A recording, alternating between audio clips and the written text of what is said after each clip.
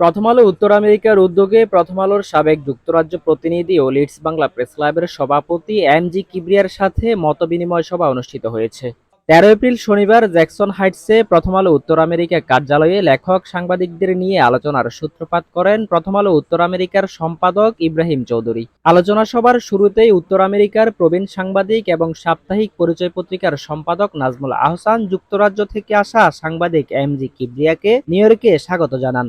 তিনি যুক্তরাজ্যে বাংলা সংবাদপত্র এবং সাংবাদিকতা নিয়ে সফররত সাংবাদিক কিবরিয়ার কাছ থেকে বিভিন্ন বিষয় জানার আগ্রহ প্রকাশ করেন। সাংবাদিক এম জি কিবরিয়াকে স্বাগত জানিয়ে অন্যান্যদের মধ্যে বক্তব্য রাখেন প্রথম আলো উত্তর আমেরিকার নির্বাহী সম্পাদক মঞ্জুরুল হক, বীর মুক্তিযোদ্ধা এবং বাংলাদেশ সুপ্রিম কোর্টের আইনজীবী অ্যাডভোকেট শেখ আখতারুল ইসলাম, সাংবাদিক নেতা ইকবাল মাহমুদ, লেখক ও সাংবাদিক রওশন হক, সাংবাদিক মাহমুদ হাসান পাহলভী, রওশন জাহান।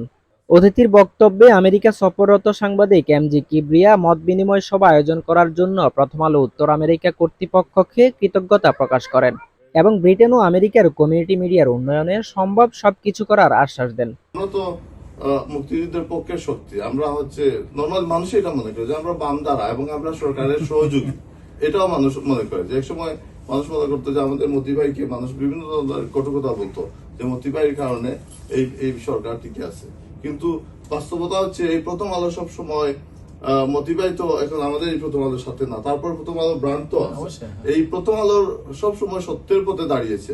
এই মতি ভাইয়ের কোন সময় হাসিনার পক্ষেও যায় নাই, আর কোন সময় খালেদার পক্ষেও যায়, উনি সবসময় সত্যের ন্যায়ের পক্ষে ছিলেন। সবাই ব্রিটেনের পরিচিত শিক্ষক ও সাংবাদিক চ্যানেল এস টেলিভিশনের সংবাদ উপস্থাপক সৈয়দ আফসার উদ্দিনের মৃত্যুতে গভীর শোক প্রকাশ করা হয় এবং তার স্মৃতির প্রতি শ্রদ্ধা জানানো হয়।